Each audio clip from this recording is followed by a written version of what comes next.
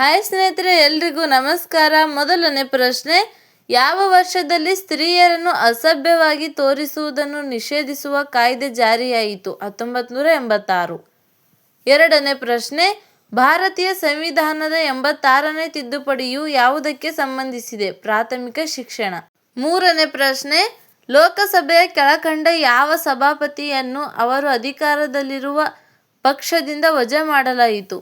ಸೋಮನಾಥ ಚಟರ್ಜಿ. ನಾಲ್ಕನೇ ಪ್ರಶ್ನೆ, ಭಾರತೀಯ ಪ್ರಭುತ್ವವನ್ನು ಮಾರ್ಕ್ಸಿಸ್ಟರು ಆಗಾಗ್ಗೆ ಹೀಗೂ ಕರೆಯುತ್ತಾರೆ: ಸಾಪೇಕ್ಷ ಸ್ವಾಯತ್ತ. ಐದನೇ ಪ್ರಶ್ನೆ, ಸಂವಿಧಾನ ಸೂಚ್ಯಂಕವು ಈ ಕೆಳಕಂಡ ವ್ಯವಹಾರಗಳ ಏರಿಳಿತಗಳನ್ನು ಅಳೆಯುತ್ತದೆ: ಉತ್ಪನ್ನ ಮಾರುಕಟ್ಟೆ ಮತ್ತು ಗುಣಕ ಮಾರುಕಟ್ಟೆ.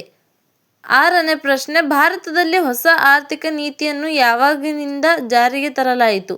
ಜುಲೈ 1991.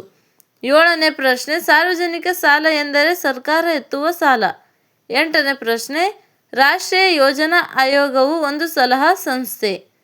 ಒಂಬತ್ತನೇ ಪ್ರಶ್ನೆ, ಸಂವಿಧಾನದ ಭಾಗ 2ರಲ್ಲಿರುವ ಮೂಲಭೂತ ಹಕ್ಕುಗಳನ್ನು ತಿದ್ದುಪಡಿ ಮಾಡುವ ಅಧಿಕಾರ ಸಂಸತ್ತಿಗೆ ಇಲ್ಲ ಎಂದು ಯಾವ ಪ್ರಕರಣದಲ್ಲಿ ಭಾರತದ ಸರ್ವೋಚ್ಚ ನ್ಯಾಯಾಲಯವು ತೀರ್ಪು ನೀಡಿತು?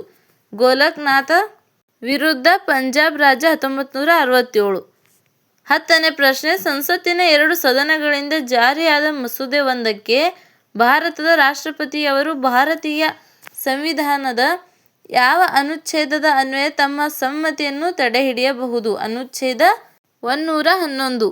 11ನೇ ಪ್ರಶ್ನೆ, ಸಂವಿಧಾನದ 120ನೇ ಅನುಚ್ಛೇದದ ಅನ್ವಯ ಸಂಸತ್ತಿನ ಅಧಿಕೃತ ಕಲಾಪವನ್ನು ಕೆಳಕಂಡ ಭಾಷೆಯಲ್ಲಿ ಮಾತನಾಡಿಸಬೇಕು: ಹಿಂದಿ ಅಥವಾ ಇಂಗ್ಲಿಷ್? 12ನೇ ಪ್ರಶ್ನೆ, ಕರ್ನಾಟಕದ ರಾಜ್ಯ ಆದಾಯವನ್ನು ಅಧಿಕೃತವಾಗಿ ಅಂದಾಜು ಮಾಡುವವರು ಆರ್ಥಿಕ ಮತ್ತು ಸಾಂಖ್ಯಿಕ ನಿರ್ದೇಶನಾಲಯ. 13ನೇ ಪ್ರಶ್ನೆ, ಶಾಸನಬದ್ಧ ಲಿಕ್ವಿಡಿಟಿ ಅನುಪಾತವನ್ನು ನಿಗದಿಪಡಿಸುವವರು ರಿಸರ್ವ್ ಬ್ಯಾಂಕ್ ಆಫ್ ಇಂಡಿಯಾ. 14ನೇ ಪ್ರಶ್ನೆ, ಕೇಂದ್ರ ಸರ್ಕಾರದ ಆದಾಯ ಕೊರತೆ ಎಂದರೆ ಆದಾಯ ಸ್ವೀಕೃತಿಗಳ ಮೇಲೆ ಆದಾಯ ಖರ್ಚುಗಳ ಹೆಚ್ಚುವರಿ. 15ನೇ ಪ್ರಶ್ನೆ, ಮಾರುಕಟ್ಟೆ ಬೆಲೆಗಳಲ್ಲಿ ಒಟ್ಟು ದೇಶ ಉತ್ಪನ್ನವು ಈ ಕೆಳಗಿನದನ್ನು ಒಳಗೊಳ್ಳುವುದಿಲ್ಲ: ವಿದೇಶದಿಂದ ನಿವ್ವಳ ಫ್ಯಾಕ್ಟರ್ ಆದಾಯ. 16ನೇ ಪ್ರಶ್ನೆ, 2010-11 ಸಾಲಿನ ಕೇಂದ್ರ ಬಜೆಟ್ ಅನ್ನು ಮಂಡಿಸಿದ ದಿನಾಂಕ: 24 ಫೆಬ್ರವರಿ 2009. 17ನೇ ಪ್ರಶ್ನೆ, ಭಾರತದ 11ನೇ ಪಂಚವಾರ್ಷಿಕ ಪ್ರತಿ ವರ್ಷಕ್ಕೆ ಗುರಿ ನಿರ್ಧಾರಿತವಾಗಿರುವ ಬೆಳವಣಿಗೆಯ ದರ: 9%. 18ನೇ ಪ್ರಶ್ನೆ, ಭಾರತದ ಪ್ರಧಾನಮಂತ್ರಿಯವರು ಯಾವ ಸ್ಥಾನಗಳನ್ನು ಹೊಂದಿರುತ್ತಾರೆ? ಯೋಜನಾ ಆಯೋಗದ ಅಧ್ಯಕ್ಷರು.